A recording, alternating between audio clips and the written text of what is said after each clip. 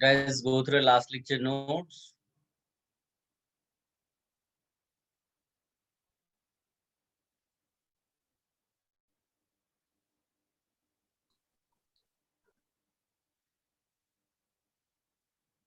If you have any doubts, please ask.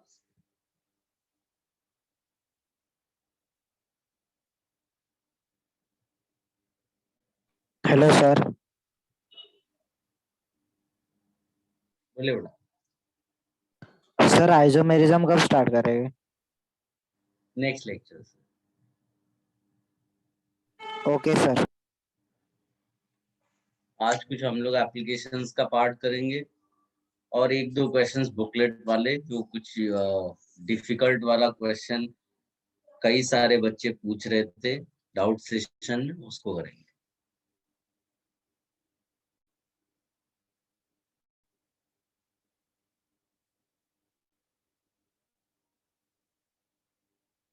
Last lecture we were discussing the application part, जो stability of carbocation. I will give you few questions, आप एक बार attempt करिए फिर आगे बढ़ते हैं।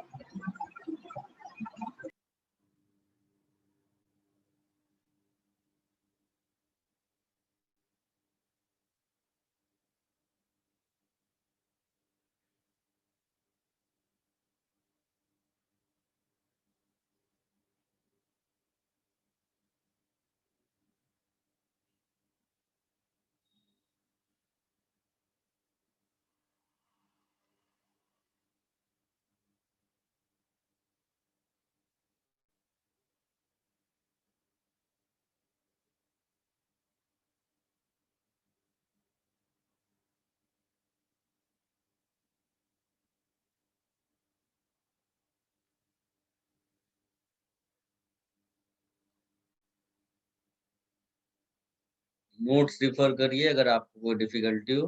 Try to get answer.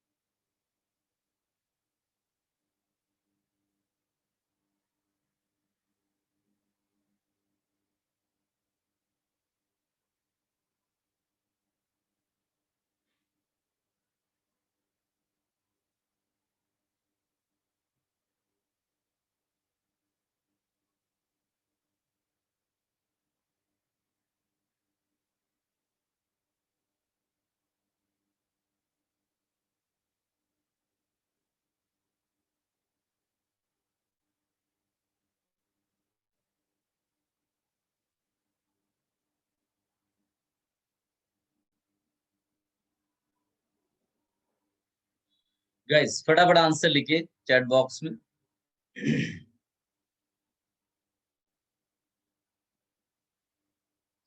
If you have any doubts, any confusion, any query, use your mic and ask.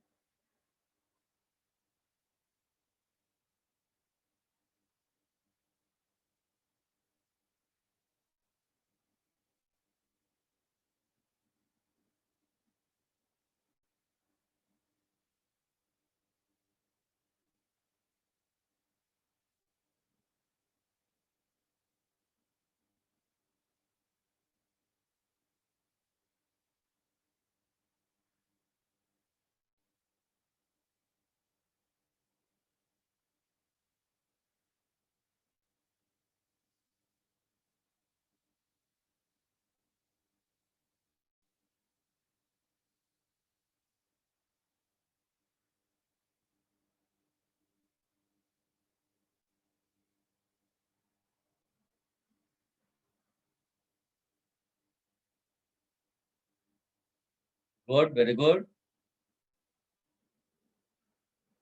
सारे answers एक साथ लिखिए आप लोग, हाँ, नहीं तो फिर कंफ्यूजन हो जाएगा। If you have any query, please use your mic to ask.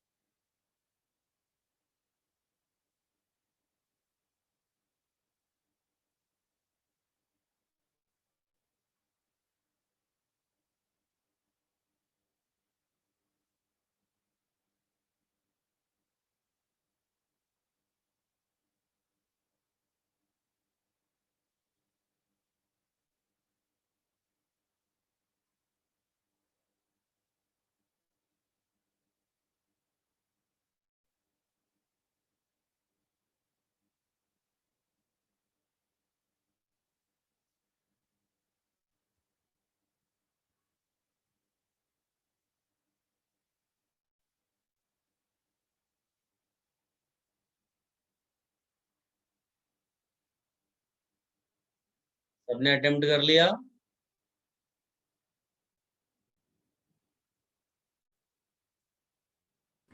Sir last का बाकी है एक sir. Okay.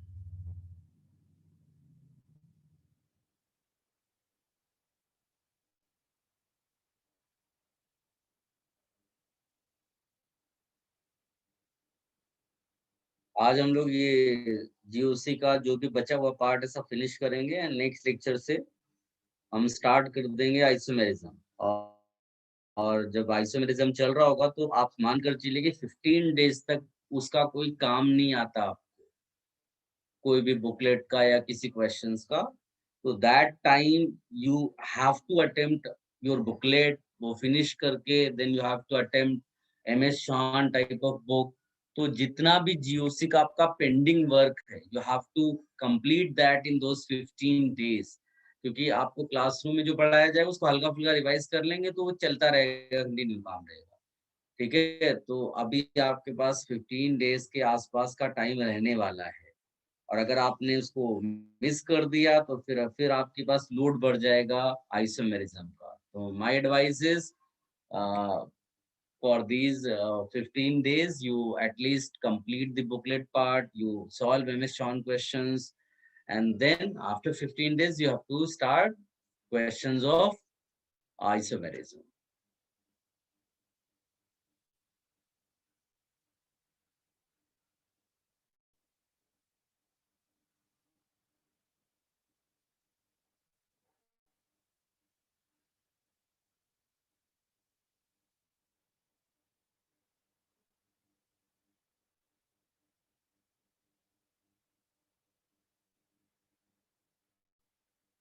All these questions are very very good questions. इसमें कोई कंट्रोवर्सी वाला पार्ट नहीं है, सब कॉन्सेप्चुअल है। आपको सीधे सीधे, अच्छा जिनको थोड़ा बहुत भी कंफ्यूजन हो उनको एक हिंट मैं दे सकता हूँ कि आप सबसे पहले रेजोनेंस चेक करना, फिर मोस्ट ऑफ द टाइम यही करना होता है। कभी कभी थोड़ा बहुत चेंजेस होते हैं, वो हमने अलग से पढ़ा हुआ है, तो उसको छोड़ के बाकी सब में resonance, then hyperconjugation, then inductive check करिए एंड अकॉर्डिंगली आंसर निकालिए।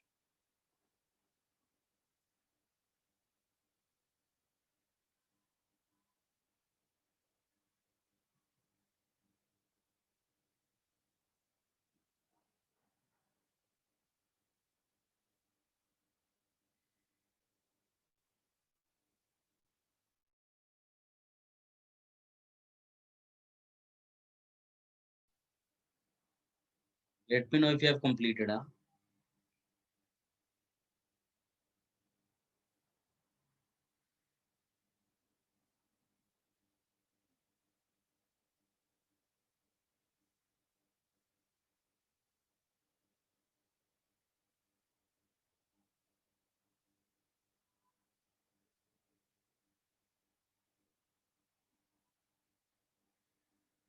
Should I discuss? Yes sir. चलो,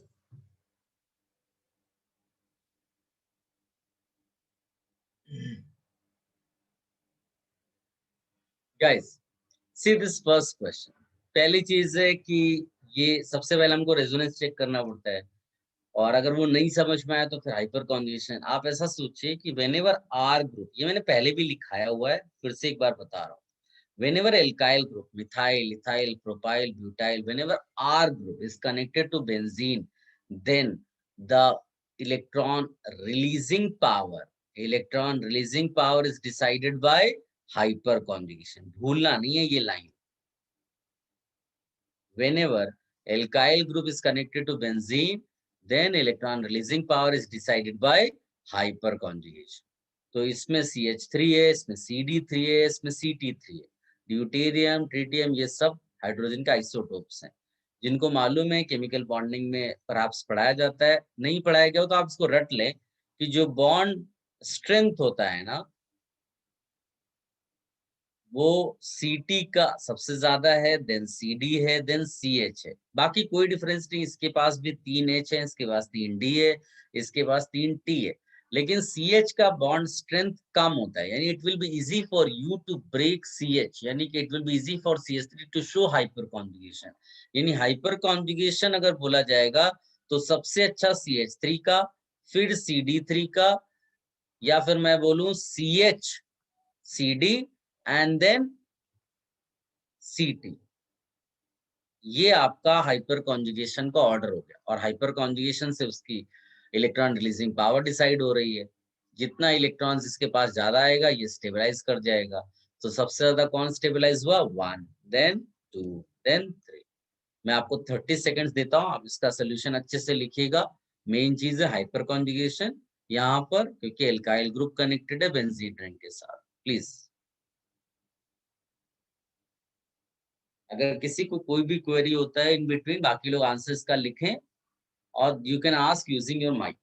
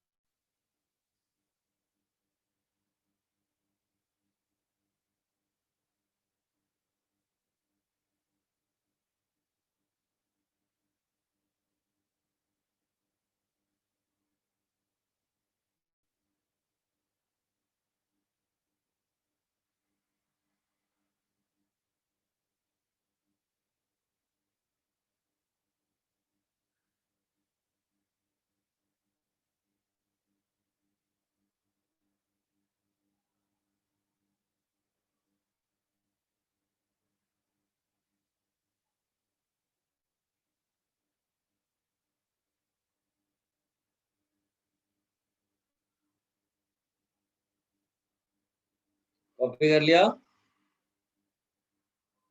Yes, sir.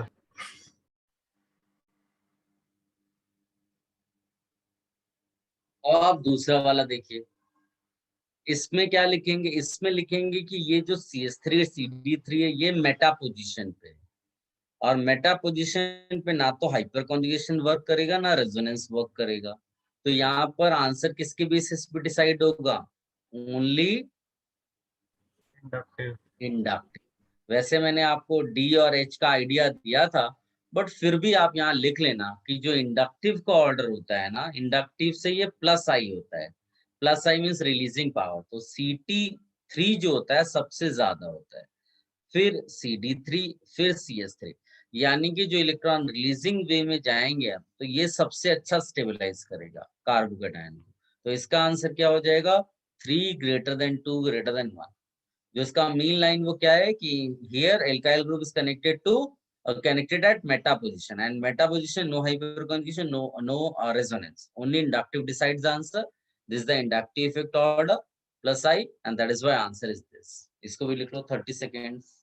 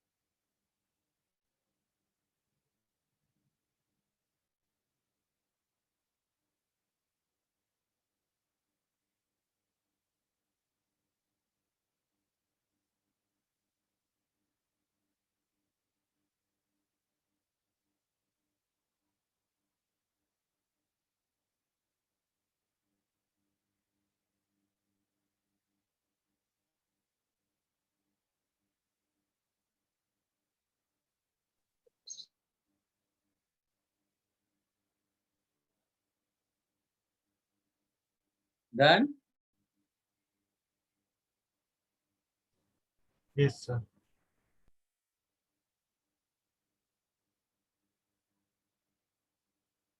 इसमें भी देखिए हाइपर कॉन्जुगेशन इसमें भी वर्क करेगा, लेकिन इसमें क्या खास बात है, सब एल्काइल ग्रुप है, लेकिन कहीं पर मिथाइल है, कहीं पर प्रोपाइल और कहीं पर इथाइल है। अब आप इसमें देखिए, इस यहाँ डबल बॉन्ड होता है, इसके रिस्पेक्ट में ये अल्फा कार्बन है, अल्फा कार्बन है, अल्फा कार्बन है। इसके पास कितना अल्फा एच है? 1 अल्फा है। इसके पास कितना है? 3 अल्फा है। इसके पास कितना है? 2 अल्फा एच। जितना ज्यादा अल्फा एच होगा उतना स्टेबिलिटी ज्यादा होगी, तो 2 ग्रेटर देन 1 ग्रेटर देन 3, इस तरह से कार्बोकेटायन स्टेबलाइज होगा। इसको भी कॉपी कर लो। कॉन्सेप्ट वही है, देखो अलग अलग स्टाइल से लग रहा है।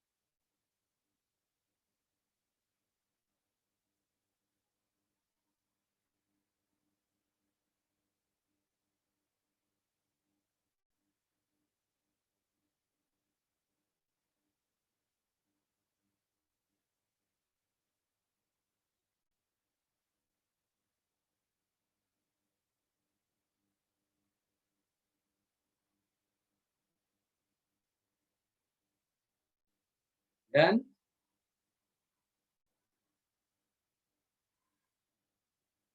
Yes, sir. गाइस इसमें भी देखिए, ये सिमिलर टू फर्स्ट क्वेश्चन यहाँ लिख दो, सिमिलर टू फर्स्ट। इसमें रेजोनेंस तो है नहीं, हाइपर कॉन्जुगेशन देख लो तो सबसे अच्छा हाइपर कॉन्जुगेशन CH3 वाला दिखाएगा, तो इसका आंसर क्या हो जाएगा? 1 greater than 2 greater than 3, similar to first question. इसको भी लिख लो आप।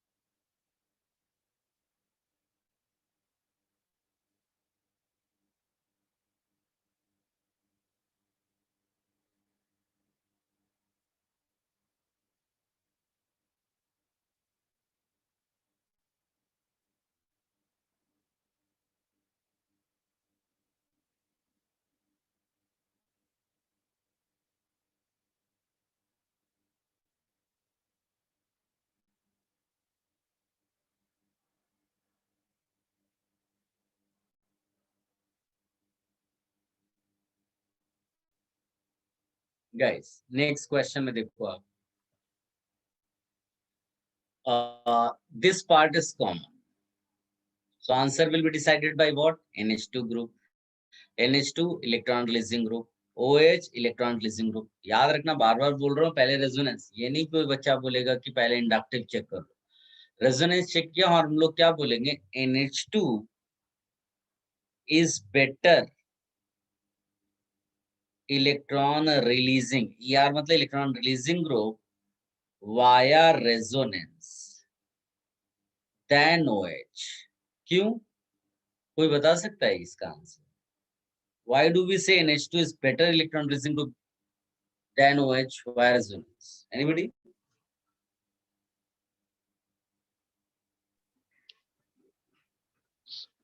Sir, oxygen is more electronegative than nitrogen. So what? Sir after the resonance the charge developed जो होता है वो पॉजिटिव होता है और पॉजिटिव लेस इलेक्ट्रोनेगेटिव पे मोर स्टेबल होता है। बिल्कुल सही, वेरी गुड। पहले वाले ने भी सही बच्चे ने बोला, बट ये था कि आपको ये बोलना पड़ेगा कि इलेक्ट्रोनेगेटिविटी कैसे रिलेट करती है उससे। तो वेरी गुड। ये NH2 की इलेक्ट्रॉनिजिंग पावर ज्यादा अच्छी है, इसलिए वो ज्यादा स्टेबलाइज कर देगा। यानी 1 greater than 2 greater than 3। Simple है, इसको भी नोट कर लो। ये मैंने लास्ट लेक्चर ही तुम्हें बता दिया था, ये एंटी एरोमेटिक है, ये दोनों नॉर्मल थे, नॉन एरोमेटिक, लेकिन एक में रेजोनेंस हो रहा है, एक में नहीं हो रहा है। 1 ग्रेटर देन 2 ग्रेटर देन 3 हो गया इसका आंसर। इस वाले में जाओगे तो ये actually 6th case of resonance है। देखो आप, 6th केस, इसमें भी देखोगे 6 केस रेजोनेंस इसमें भी मिल रहा है, इसमें भी 6 केस रेजोनेंस है। लेकिन किसका रेजोनेंस बेटर होता है? नाइट्रोजन का रेजोनेंस ऑक्सीजन के रेजोनेंस से बेटर होता है। और इसमें 2 नाइट्रोजन ग्रुप है, इसमें 1 नाइट्रोजन 1 ऑक्सीजन, इसमें 2 ऑक्सीजन। तो आंसर क्या हो जाएगा? 1 ग्रेटर देन 2 ग्रेटर देन 3। इसको भी कॉपी कर लो। If you have any query please ask. Sir doubt एक। बोलो ना मैडम। सर जो फर्स्ट और फोर्थ दोनों में हम लोग ने देखा, तो पहले हम लोग ने हाइपर कॉन्जुगेशन चेक किया ना। पहले हमने रेजोनेंस के बारे में सोचा, फिर हाइपर कॉन्जुगेशन, और अगर आंसर नहीं निकलता तब इंडक्टिव से सोचते। तो हाइपर कॉन्जुगेशन से आंसर निकल गया, इसलिए निकाल दिया। सर वो हाइपर कॉन्जुगेशन से कैसे निकला? बॉन्ड स्ट्रेंथ ज्यादा किस है तो। क्वेश्चन की बात कर रहे हो बेटा? दो अलग अलग। Sir first. फर्स्ट क्वेश्चन ना। हाँ, तो ये बोला ना, CH बॉन्ड का जो स्ट्रेंथ होता है वो सबसे खराब होता है, CD का उससे अच्छा, CT का उससे अच्छा। जब CH टूट जाएगा आसानी से, तो आसानी से हाइपर कॉन्जुगेशन में H पार्टिसिपेट करेगा। इसमें कम कर पाएगा, इसमें बहुत कम कर पाएगा। तो जितना ज्यादा वो हाइपर कॉन्जुगेशन दिखाएगा, उतना CH2 प्लस को इलेक्ट्रॉन मिल जाएगा और ये स्टेबलाइज हो जाएगा। वही ओके सर। इसीलिए मैंने जानबूझ के क्वेश्चंस दिया है, क्योंकि क्या होता है, ज्यादातर अल्फा हाइड्रोजन बोलते हैं हम लोग, फिर ऐसा कोई क्वेश्चन आ गया तो हम फंस जाते हैं। तो केयरफुल रहना है, इसीलिए आप सबका सोल्यूशन प्रॉपर तरीके से लिखिएगा।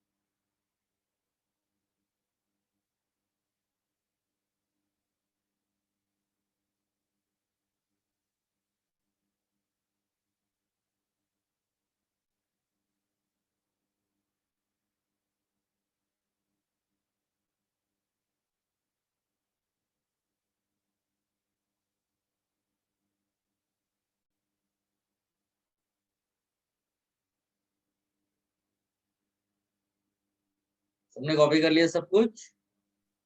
Yes, sir. चल। सर एक सेकेंड। हम्म।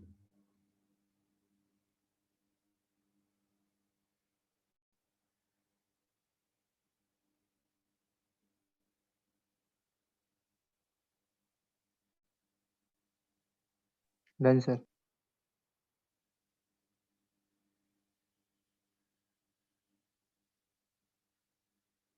गाइस, एक दूसरा एप्लीकेशन मैं क्वेश्चन के फॉर्म में ही दूंगा, और बहुत अच्छा एप्लीकेशन है। You may get such question directly in the J advanced exam, और वो रिलेटेड है बॉन्ड लेंथ। पहले भी किया है, लेकिन हमने पहले थोड़ा सिंपल वे में किया, अभी हमको एरोमेटिक वाला पार्ट भी इंक्लूड करना है। तो bond length, bond strength, bond energy, bond order, कुछ भी आपसे इसमें पूछ ले। और एक होता है इसमें rotation of bond, sorry, rotation of molecule about bond, rotation about bond, rotation of molecule about bond, ये अलग अलग प्रॉपर्टीज पे क्वेश्चंस बन सकते हैं। कॉन्सेप्ट एक ही जैसा सब में यूज होता है। मैं क्वेश्चन के फॉर्म में आई एम गिविंग यू।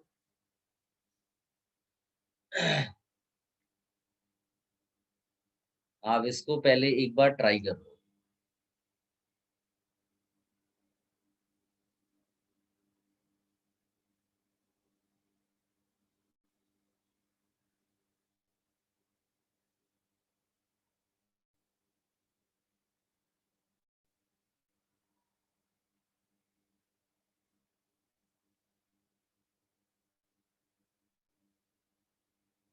इस वाले बॉन्ड की बात कर रहे हैं हम, जो बॉन्ड आपने रोटेट करके दिखाया है। इसके लिए जरा एक बार बॉन्ड एनर्जी का ऑर्डर लिखिए, बॉन्ड लेंथ का ऑर्डर बताइए, डाइपोल मोमेंट इसका ऑर्डर बताइए, ease of rotation, ease of rotation इसका ऑर्डर बताइए, और रोटेशन बैरियर यानी डिफिकल्टी, जो इसका आंसर होगा उसका उल्टा ये हो जाएगा। इसका ऑर्डर बताइए, सबके लिए ऑर्डर एक बार बताइए जरा, ट्राई करिए खुद। Giving you 2 minutes, quick.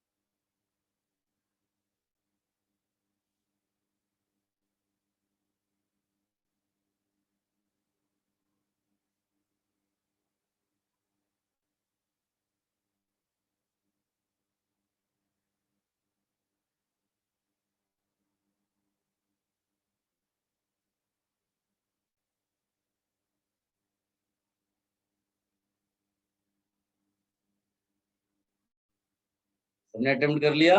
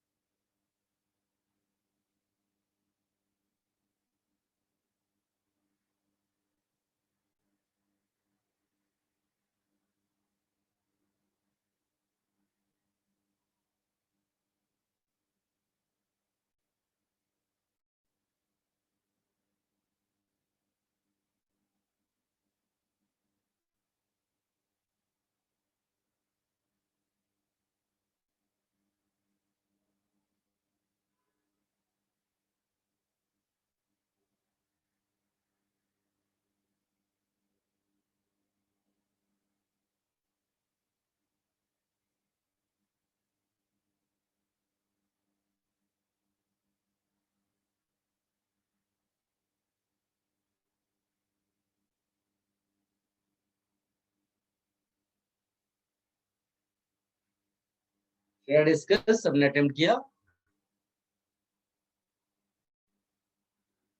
Yes, sir. देखिए, ये एक स्पेशल वे में इसको क्वेश्चन को सॉल्व करना, एज आई टोल्ड यू, वो जो रेजोनेंस वाला स्टाइल है, double becoming single, partial double, then comparison, वो सब आता है। इसमें कैसे करना होता है, बिकॉज इसमें रिंग के बीच में एक डबल बॉन्ड दिया, तो हम लोग क्या करेंगे, इस डबल बॉन्ड को तोड़ देंगे। अब तोड़ने के बाद आपको एक कार्बन को इलेक्ट्रॉन देने होते हैं, जिसका मतलब है माइनस चार्ज, और एक को आपको प्लस चार्ज देना होता है। Now you have to decide which ring will get plus और which ring will get minus. तो ऐसा आपको प्लस माइनस देना है जिससे दोनों रिंग्स आपको ट्राई करना है कि एरोमेटिक बन जाए।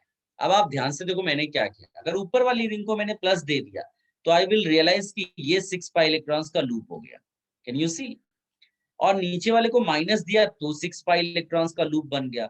अगर मैंने उल्टा कर दिया होता, अगर मान लीजिए बाई चांस किसी बच्चे ने दिमाग ज्यादा लगा दिया और इसको माइनस दे दिया और नीचे वाले को नीचे वाले रिंग को प्लस दे दिए, देन व्हाट विल हैपन, ये बन जाएगा 4 पाई इलेक्ट्रॉन्स, ये बन जाएगा 8 पाई इलेक्ट्रॉन्स, ये एंटी एरोमेटिक, ये एंटी एरोमेटिक, ये इसका मतलब सही नहीं है। क्या सही होगा स्टाइल? ये हर सिस्टम स्टेबल होने के लिए मूव करता है, तो जब तुम कुछ काम करोगे उस पे एक्शन करोगे तो ऐसा एक्शन होना चाहिए जिससे सिस्टम ज्यादा स्टेबलाइज हो। इसको भी देख लेते हैं, ऊपर वाले को प्लस दे सकते हैं, ऊपर वाले को माइनस दे सकते हैं, ऊपर वाले को जो भी, मतलब आप ऑपोजिट कर सकते हो।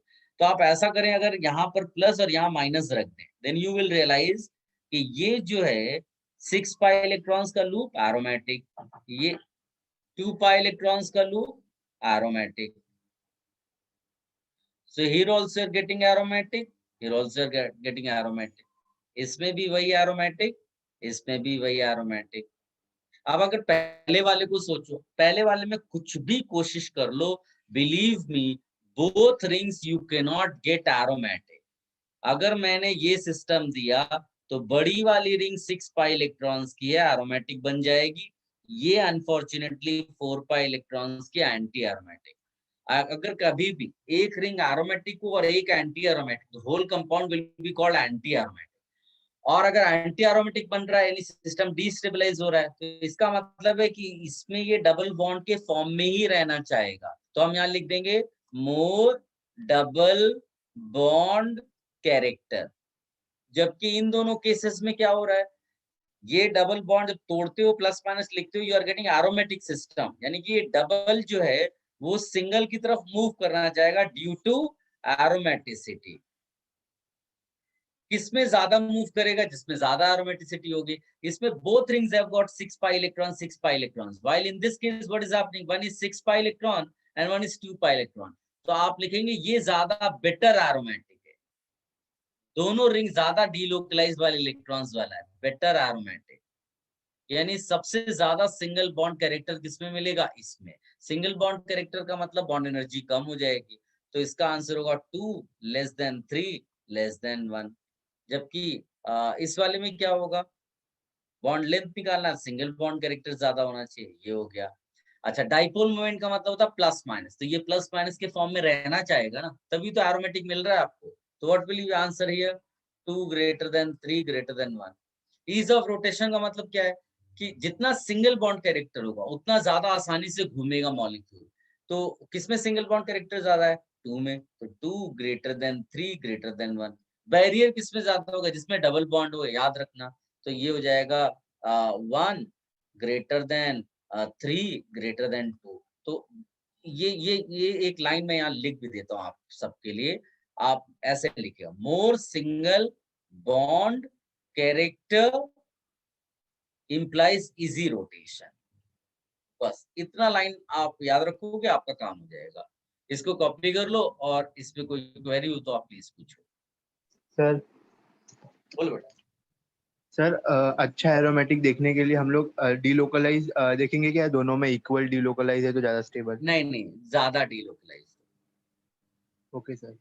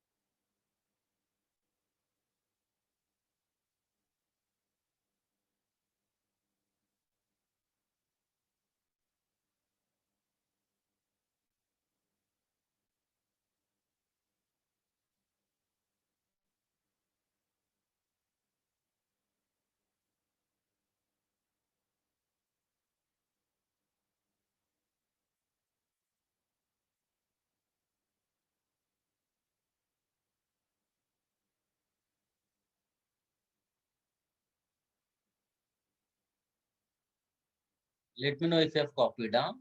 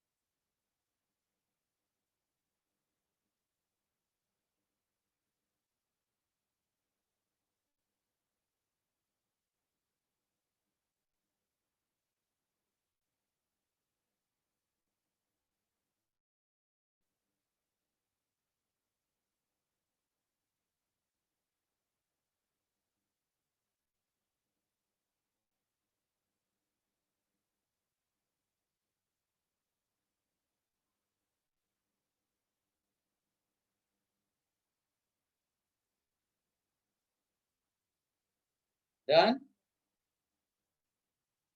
1 minute, sir.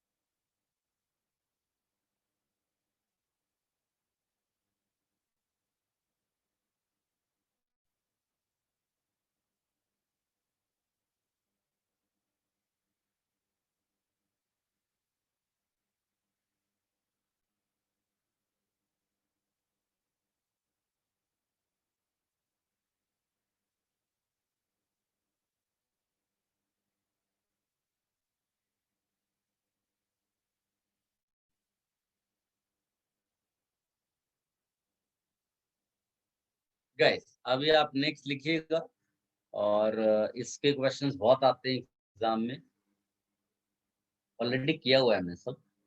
Aromaticity, anti aromaticity सबको आता है अभी निकालना, तो I will write few questions, आप सीधे सोचिए। नॉन एरोमेटिक,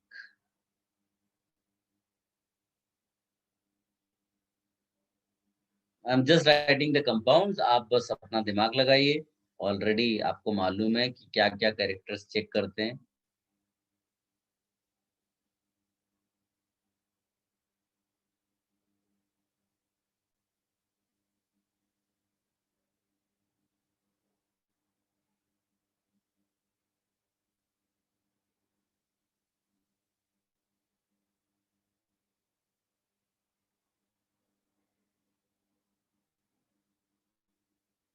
एक बहुत ही पॉपुलर कंपाउंड है बोराजोल। इनऑर्गेनिक केमिस्ट्री में भी ये बताएंगे, बट वहां पर एरोमेटिसिटी का डिस्कशन नहीं होगा।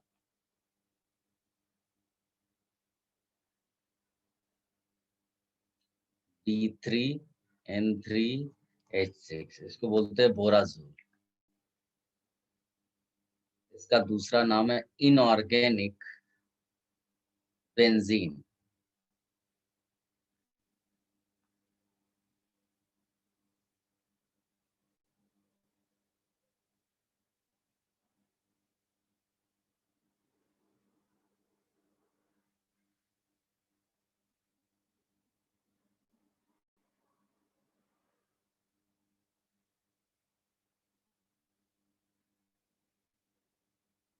बड़ा बड़ा आंसर बताइए कोई।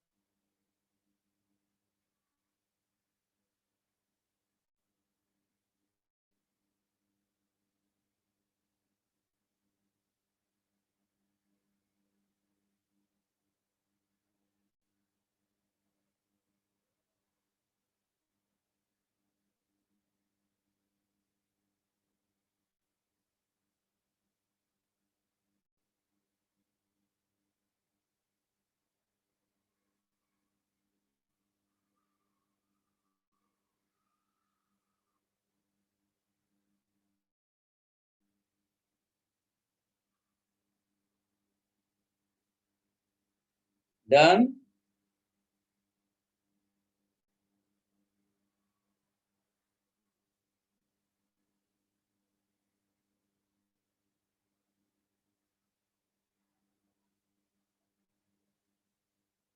गाइस बहुत सिंपल, आप इसको देखो। Out of two lone pair, one lone pair will take part in resonance, plus B resonance में पूरा डीलोकलाइज सिस्टम दिख रहा है आपको, ऐसा इतना पार्ट देखो।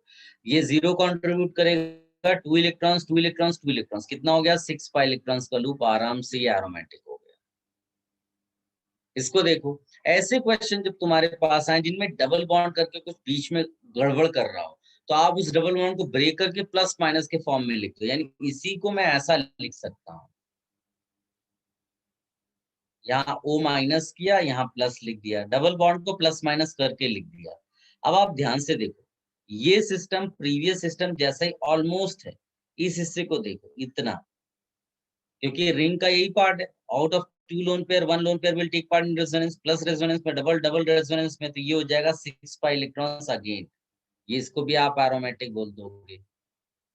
जब भी डबल बॉन्डेड नाइट्रोजन है तो वो लोन पेयर रेजोनेंस में नहीं जाता। ये नहीं जाएगा, खाली double single double single double देखो, तो ये ध्यान से देखोगे तो फिर से 6 पाई इलेक्ट्रॉन्स, यानी ये भी एरोमेटिक हो गया। बोरॉन जैसे कार्बन प्लस होता है, वैसे ही बोरॉन एम्प्टी ऑर्बिटल वाला, ये इतना रेजोनेंस वाला होता है।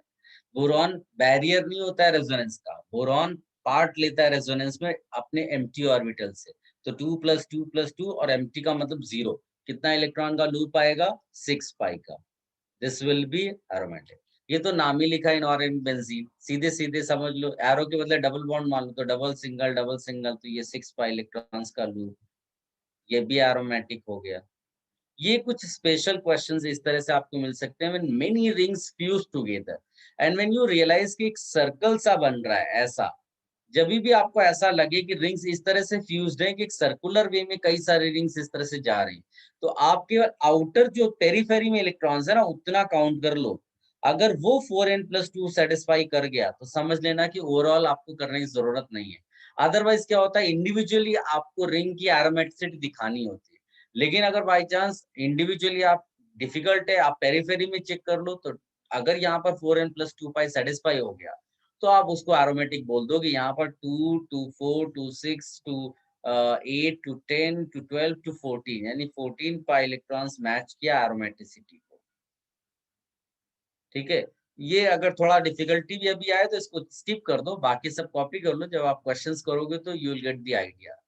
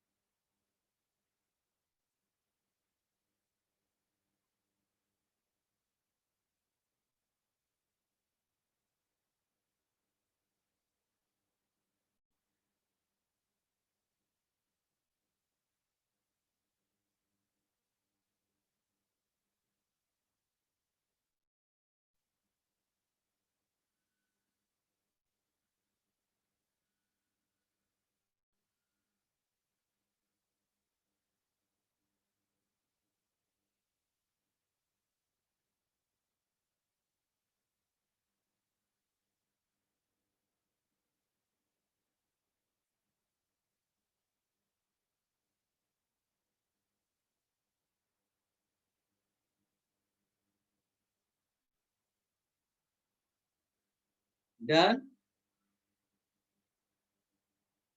Yes, sir.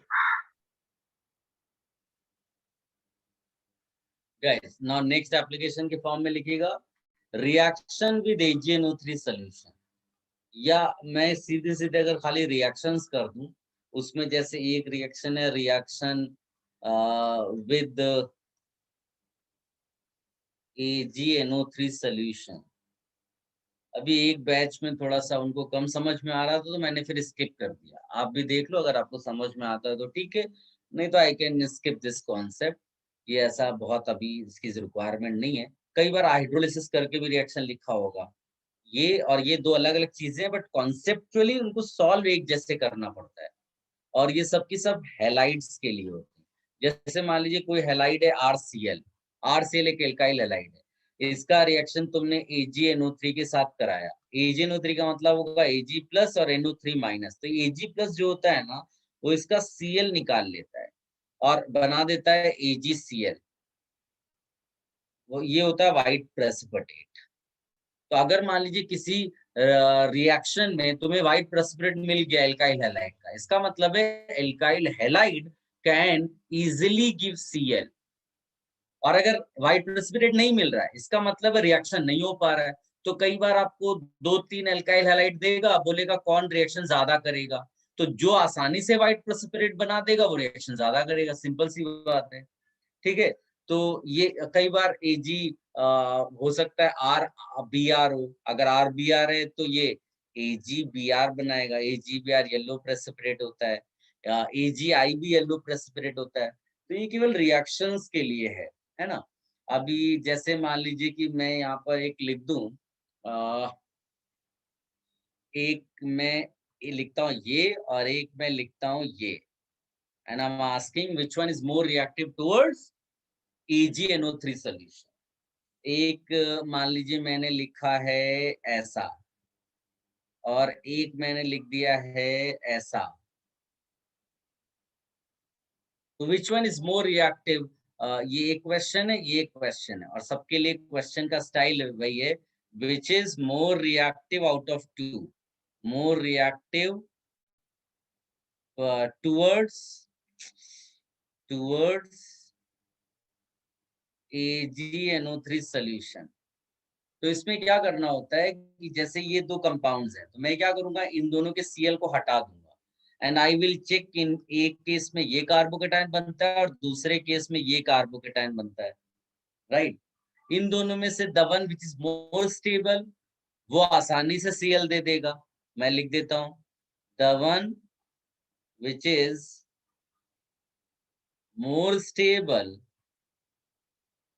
gives Cl easily। तो वो ज्यादा रिएक्टिव एल्काइल हैलाइड हो जाएगा। इसका मतलब है कि ये वाला मोर रिएक्टिव। क्यों? क्योंकि इन दोनों में ये sp2 हाइब्रिडाइज्ड वाला है, ये sp हाइब्रिडाइज्ड, कोई डिफरेंस और नहीं है। ये याद करो, मैंने आपको ये पढ़ाया हुआ है कि ट्रिपल बॉन्ड के ऊपर plus charge less stable, double bond के ऊपर प्लस चार्ज उससे ज्यादा स्टेबल, और अगर सिंगल बॉन्ड के ऊपर प्लस चार्ज है तो वो सबसे ज्यादा स्टेबल होगा रिलेटिवली। तो डबल बॉन्ड का प्लस अनस्टेबल होता है रिलेटिवली सिंगल बॉन्ड के। तो ये स्टेबिलिटी ऑर्डर है, ये आंसर आ गया। फिर इसी तरह दूसरे क्वेश्चन में क्या करूंगा मैं, सेम चीज, इस उसमें भी मैं दो कार्बोकेटाइन बनाऊंगा। One carbocation will be like this, one carbocation will be like this. कोई बता सकता है इन दोनों में से ज्यादा स्टेबल कौन होगा? एनीबॉडी? सेकंड। इसमें दो रेजोनेंस हो रहा है, इसमें एक ही रेजोनेंस है। कौन ज्यादा स्टेबल होगा? सेकंड। सेकंड। आप फंस गए, ये एंटी एरोमेटिक है और ये नॉन एरोमेटिक। कौन ज्यादा स्टेबल होगा? बस, ये मोर स्टेबल। इसका मतलब है कि इसका जो एल्काइल हैलाइड है that will be more reactive. Copy कर लो इसको।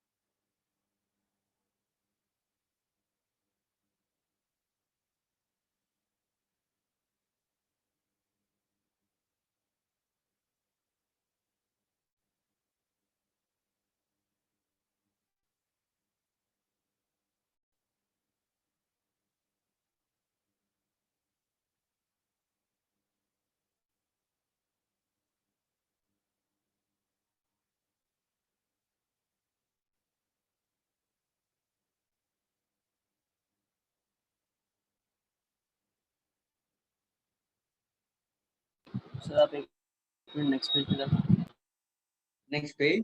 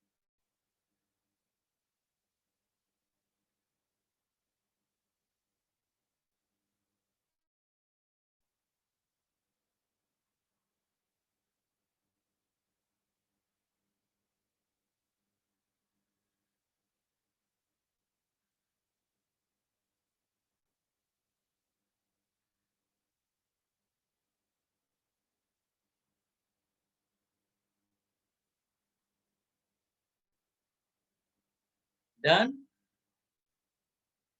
यस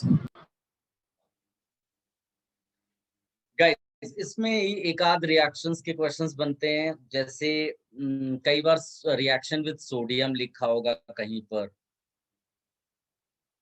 सोडियम हो सकता है, पोटेशियम हो सकता है, एस ब्लॉक का जो वो फर्स्ट ग्रुप का जो मेटल्स है, एक्चुअली में जैसे सोडियम को आप पानी में डालते हो तो sodium is reactive towards acidic H.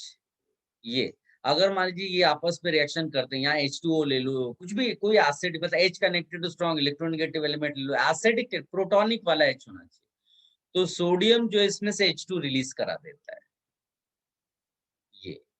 ये तो सॉल्ट बन गया। ये एक नॉर्मल सी रिएक्शन है। अब इमेजिन करिए ये सिचुएशन, इसका रिएक्शन सोडियम से होगा कि नहीं होगा।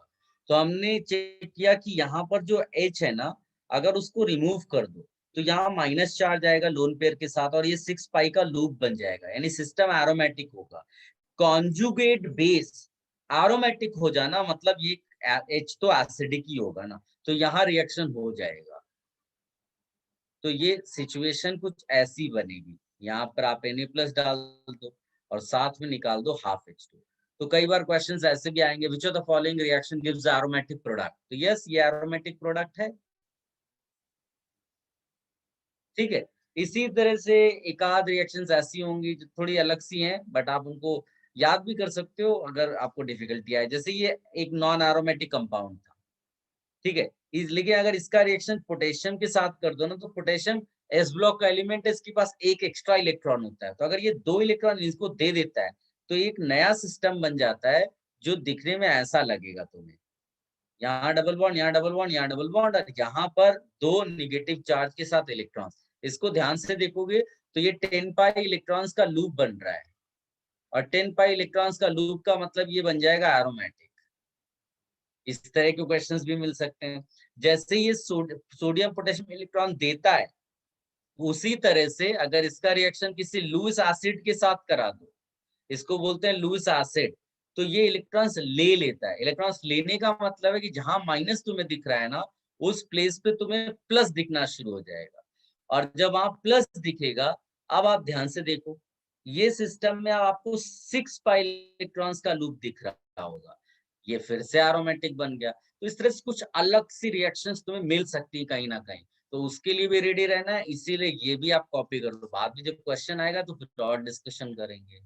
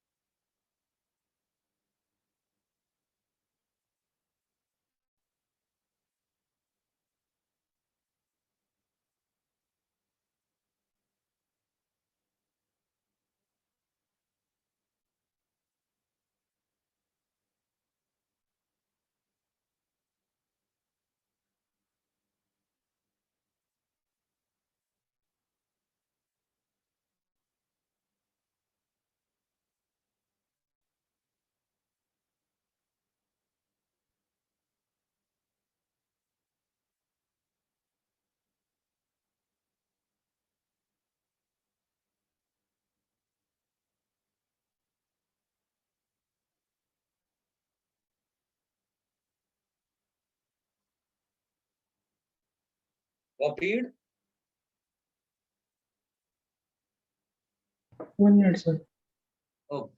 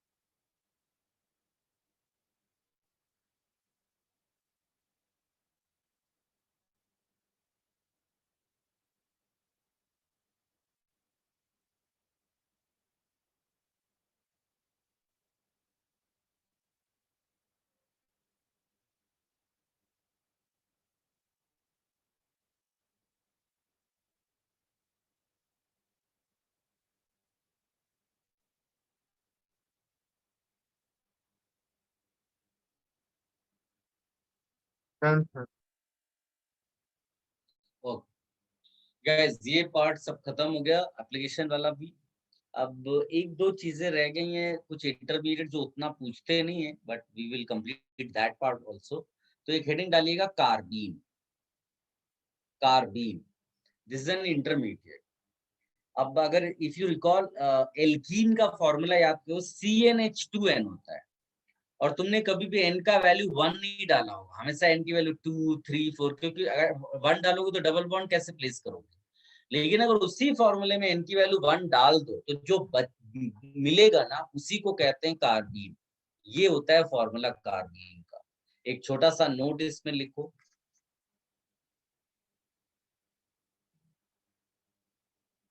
a neutral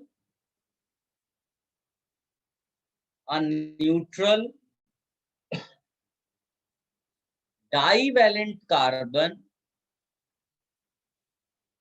a neutral divalent carbon having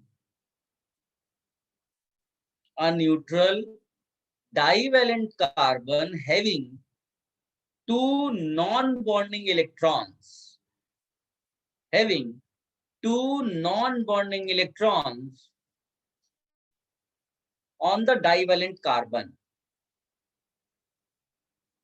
on the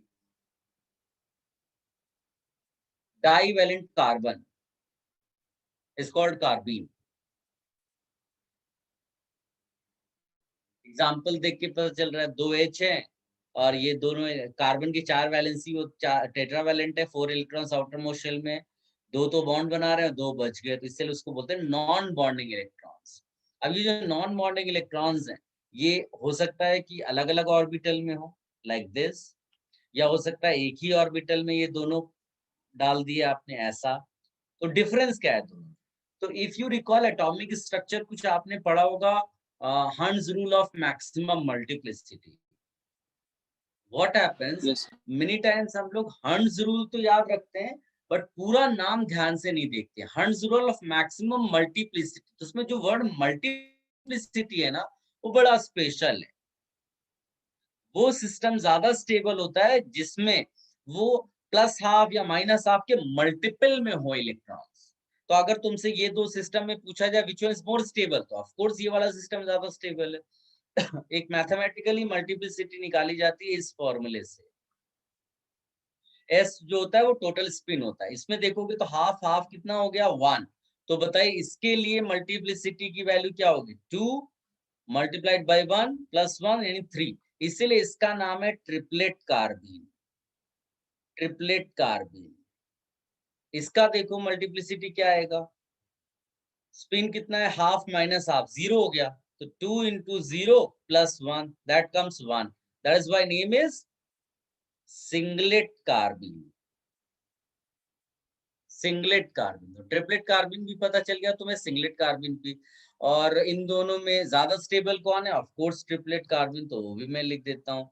triplet कार्बिन is more stable than singlet carbene।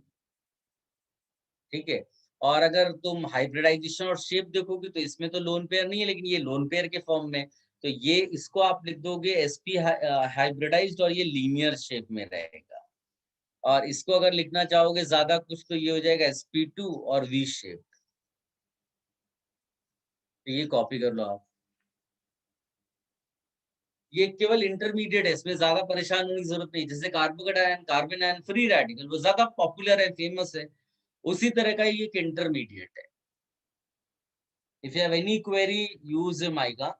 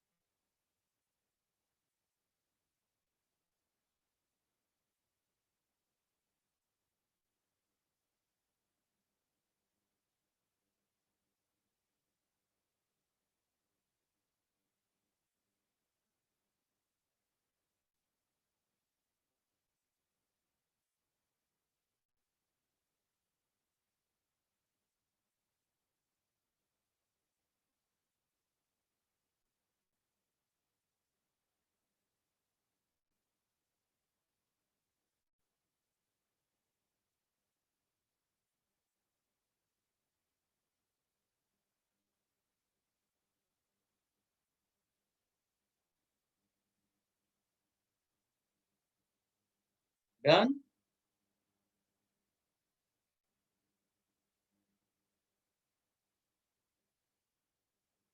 Sir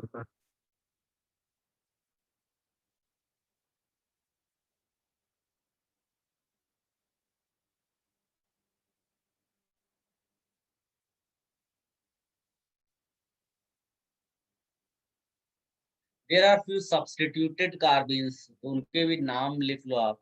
जैसे इसका नाम, 2 Cl लगा दिया ना, तो इसको बोलते हैं डाई क्लोरो कार्बिन। ठीक है। इस तरह लेटर से आपने 2 फिनाइल लगा दिए, तो नाम क्या हो जाएगा? Diphenyl carbene. Just copy these to.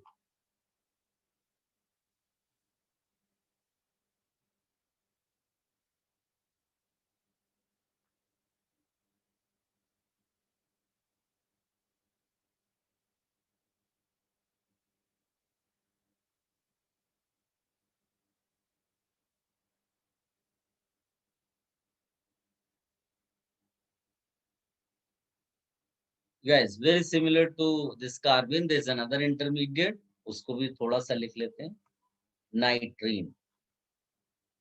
जैसे वहां कार्बन पे लोन पेयर था, यहाँ नाइट्रोजन पे लोन पेयर होगा, ऐसा। इसके लिए एक छोटा सा नोट लिखिएगा।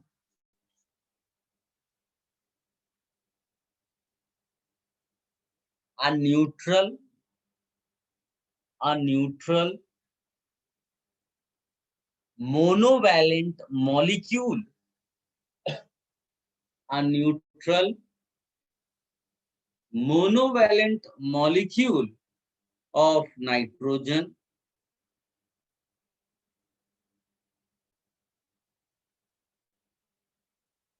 a neutral monovalent molecule of nitrogen with two pairs of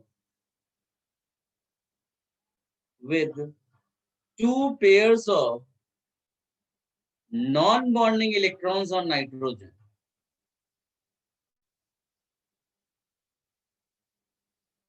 with two pairs of non-bonding electrons on nitrogen.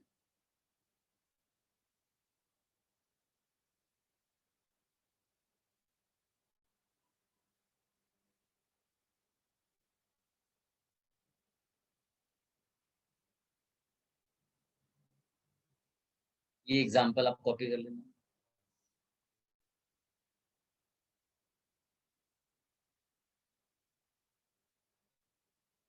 Done. Yes, sir.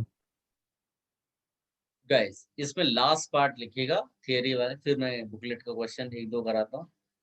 That is electromeric effect. Recall करिए 3-4 कॉन्सेप्ट स्टार्टिंग के, उसमें से एक नाम ये भी था इलेक्ट्रोमेरिक इफेक्ट. ऑल्दो इसकी रिक्वायरमेंट जीओसी में उतनी है नहीं, इसलिए इसको ज्यादा कुछ करना नहीं है. एक छोटा सा इसका डेफिनेशन या नोट के फॉर्म में आप लिखिए. ये कहीं पर यूज नहीं होता जीओसी में, लेकिन फैक्टर एक है, इसको वो लिखते हैं इसीलिए. In a compound with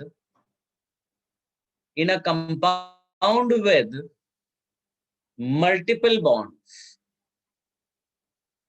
in a compound with multiple bonds का क्या मतलब है? Double bond, triple bond. when a reagent approaches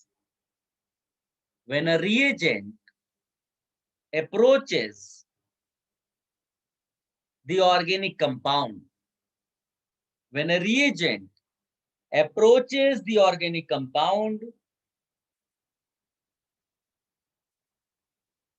pi electrons shift towards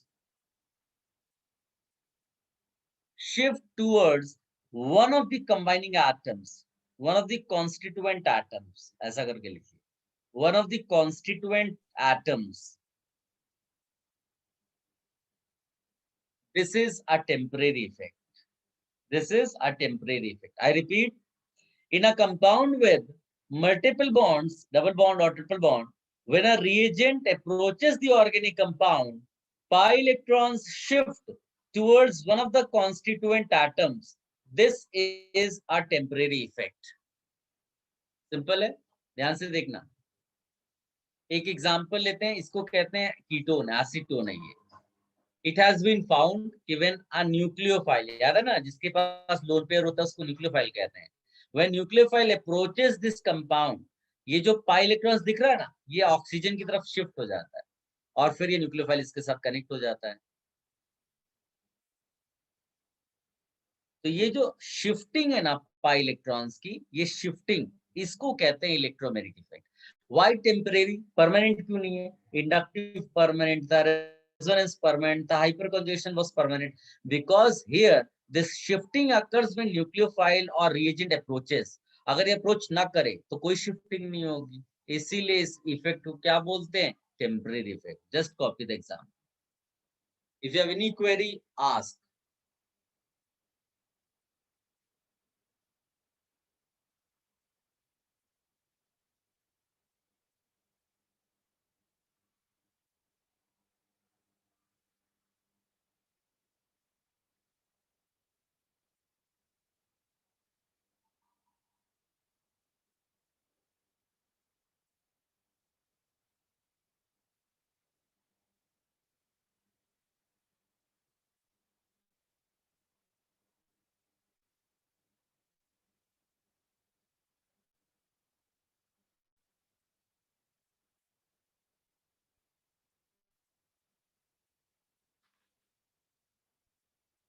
Done?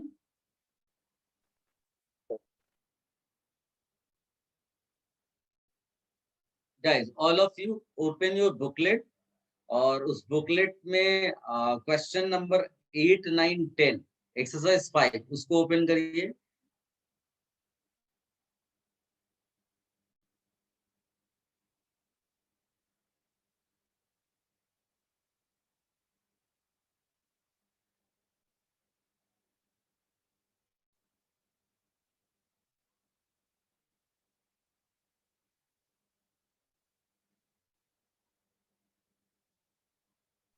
Please repeat.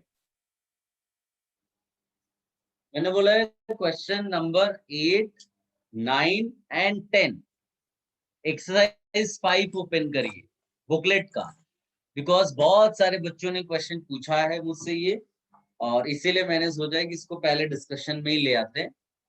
और बाकी आप ज्यादा डिफिकल्ट हो तो एक दो टाइप के क्वेश्चंस को स्किप भी कर सकते हैं, लेकिन इतना भी डिफिकल्ट नहीं है। लेट मी राइट एक्सरसाइज 5 का question number 8, 9, 10। You may get such questions. इन सबका एक ही कॉन्सेप्ट रहता है, क्या है वो? Acid when reacts with base gives you base and acid. बहुत सिंपल है, आपको एसिड 1 और एसिड 2 है, सॉरी 2 कंपेयर करना है। कोई भी रिएक्शन फॉरवर्ड डायरेक्शन में अगर जानी है तो acid 1 should be stronger than acid 2। ये तब जाकर के रिएक्शन होगा कोई भी। तो जैसे मैं 8th क्वेश्चन चूज करता हूं, ठीक है। 8th क्वेश्चन की खास बात क्या है? आप ऑप्शन ए ले लो।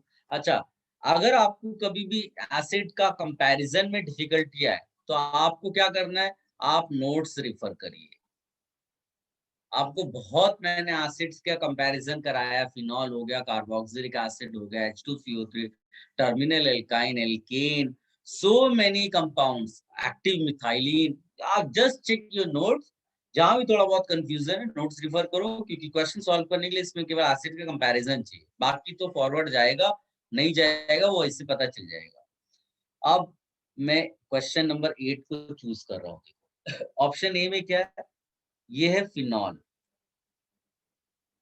ठीक है। अब कई बार तो यही पता नहीं चल पाता है कि कौन सा कंपाउंड एसिड होगा, हमें कैसे पता चलेगा? तो रिएक्शन देख के पता चल जाता है। नहीं तो आपने इतने सारे एसिड्स लिखे हुए हैं, कुछ तो आइडिया लगेगा ही ना कि भाई सामने वाले में हमने एसिड में पढ़ा था इसको, तो ये एसिडिक कंपाउंड होगा। तो अब प्रोडक्ट भी देख के कई बार पता चल जाता है। जैसे इसी को देखो, इसमें प्रोडक्ट एक है PHONA, इसका मतलब PHOH ने H लूज किया ना, इसका मतलब ये एसिड है, राइट। और इसका मतलब अगर ये एसिड है तो ये बेस है, इसका सोडियम उधर चला गया, H इसने ले लिया, तो क्या बनेगा? H2CO3। H2CO3 you can also write H2O plus CO2। इसका मतलब है कि you can claim whether reaction will be in the forward direction और नॉट, तो उसके लिए ये एसिड 1 और ये एसिड 2 हो गया तुम्हारे लिए।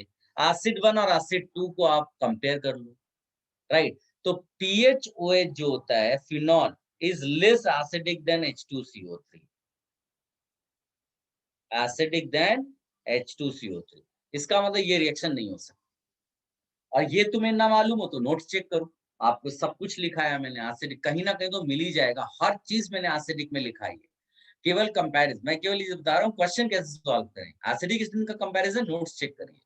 बी ऑप्शन देख लो, जैसे इसमें क्या है, एक टर्मिनल एल्काइन दिया हुआ है, ये एसिडिक H मान के चल रहे हैं हम लोग। NaOH दिया हुआ है, NaOH में OH पार्ट बेसिक होता है, OH खाएगा क्या बनाएगा? H2O।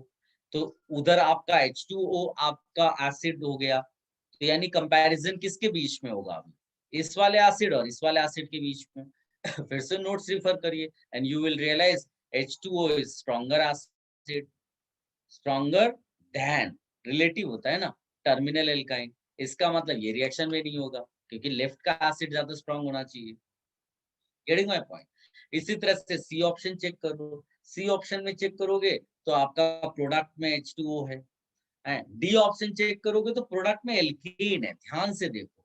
और एल्केन जो होता है ना, बहुत ही खराब एसिड होता है, तो बहुत चांस है आपको, कई बार क्या होता है सेकंड्स में सिंगल ऑप्शन करेक्ट होता है ना, तो ये सब मुझे करना ही नहीं पड़ता, मैं केवल प्रोडक्ट के एसिड चेक कर लेता और वो कह रहा कौन सी रिएक्शन होने के चांसेस सबसे ज्यादा है। तो भाई जिसका प्रोडक्ट एल्केन एसिड बन रहा है, वीकर एसिड बनेगा तो वो ज्यादा रिएक्शन होगा ना। तो यहाँ पर H कनेक्टेड टू N है, यहाँ पर H कनेक्टेड टू कार्बन है और ये एल्केन है, तो ये बहुत ही खराब एसिड है, यानी ये रिएक्शन फटाफट हो जाएगा। सिंगल ऑप्शन करेक्ट है, ये हटा दो। सिंपल सा क्वेश्चन सॉल्व हो गया इस तरह से, ठीक है। इसी तरह से आप 9th क्वेश्चन सॉल्व करेंगे, तो जब 9th क्वेश्चन सॉल्व करेंगे तो 9th क्वेश्चन में भी इधर का मान लीजिए आपको ज्यादा आइडिया नहीं है ना, ये कीटोन का है कीटोन का एसिड, ये एसिडिक H है, ठीक। इसका रिएक्शन तुमने BNA के साथ कराया, तो BNA का जो B पार्ट है वो H खाएगा और क्या एसिड बनाएगा, BH। भूल जाओ सॉल्ट क्या लिखा है, हमें क्या लेना देना। We have to compare BH with this acid, ठीक। लेकिन वो कह रहा है कि इनमें से कौन सा है, which of the following would convert this into this greatest extent, यानी मैक्सिमम रिएक्शन किसमें होगी। तो मैं ऑप्शन ए का BH निकाल लूं।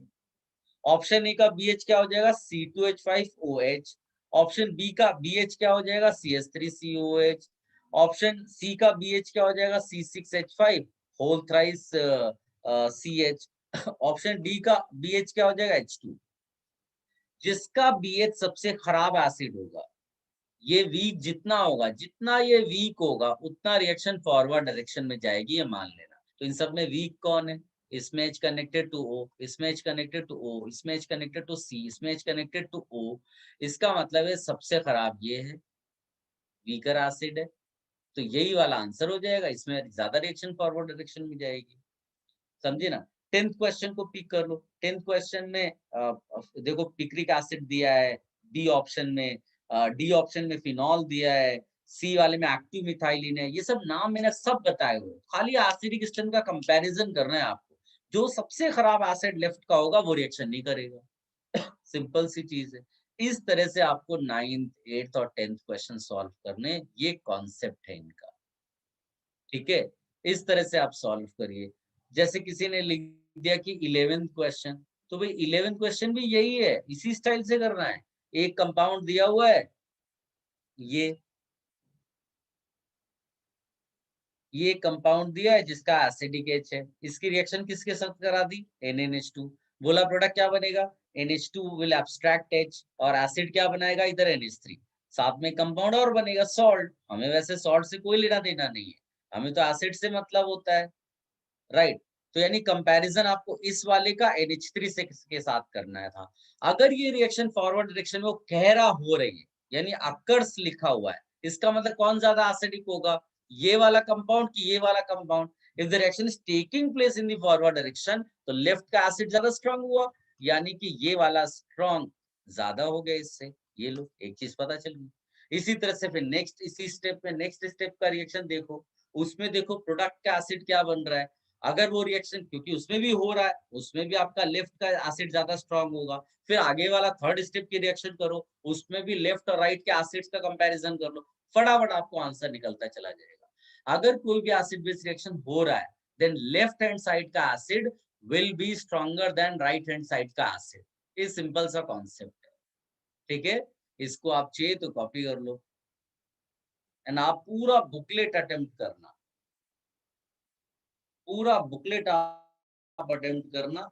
और आपको मैंने पहले भी बोला हुआ है कि you will get around 15 days time, जब आपका आइसोमेरिज्म के क्वेश्चन शुरू हो जाएंगे। तो मेरे एडवाइस है आप सब अच्छे से बुकलेट वगैरह फिनिश कर लो, ठीक है, सो दैट आप जब आइसोमेरिज्म के क्वेश्चंस करें तो आपको इधर का कोई बैकलॉग नहीं रहना चाहिए।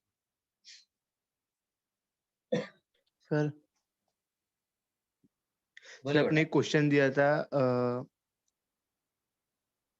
वो फिर एक्सप्लेन, आपने बोला था कि अपने से कर लेना।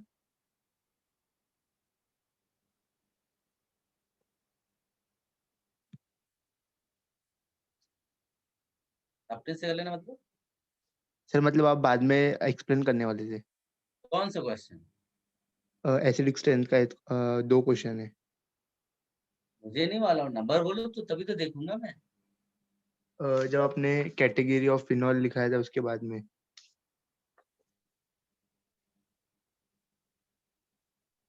मेरे को याद नहीं, कुछ क्या पूछना है, कुछ ग्रुप में डाल दो, मेरे को समझ में तो आया आप पूछ क्या रहे हो। सर वो क्वेश्चन है HCOH इज ग्रेटर देन कार्बो। वो सब आपको खुद करने थे, मैंने आंसर ऑलरेडी दिया है। आंसर आपके पास है, आप सोचिए, उसमें इंडक्टिव सोचिए, रेजोनेंस सोचिए, आंसर वही है, आंसर चेंज नहीं होगा। आंसर नहीं हो तो बोलिए आप मेरे को। सर वो नहीं हुआ। आंसर इसको रट लो, अब मैं उसमें क्या कर सकता बेटा, मैंने तो ऑलरेडी आंसर इसीलिए तो दिया है आपको। और कभी क्वेश्चन आए तुमसे कुछ वैसा, तब आप मुझसे पूछना कि सर ये वाला क्वेश्चन यहाँ पर लिखा हुआ और एक्सप्लेनेशन क्या पूछ रहे समझ में नहीं आ रहा है। ठीक है, बहुत सारी चीजें मैंने आपको दी होंगी। कुछ चीजें आप जब क्वेश्चंस आप करो, आप मेरी एडवाइस है, आप बुकलेट सॉल्व करो, एमएस ट्रान करो, फिर जब आप फंसना शुरू करो उसमें, फिर नोट्स रिफर करो, फिर उसमें आप बोलो कि सर ये चीज लिखी हुई है समझ में नहीं आ रही है। आप केवल थियरी में ही घूमते मत रहना कि पता है स्विमिंग पूल के बगल में बैठ के खाली रूल्स पढ़े जा रहे हैं, रूल्स पढ़े जा रहे हैं, स्विमिंग पूल के अंदर जंप ही नहीं कर रहे हैं। आप जंप करो, आप तैरना सीखो, फिर जैसे फंस रहे हो फिर वापस आकर के रूल्स वापस पढ़ लिए। ये सब आप करना शुरू करो, इसलिए मैं बोल रहा हूँ आप बुकलेट खूब अच्छे से अटेम्प्ट करिए।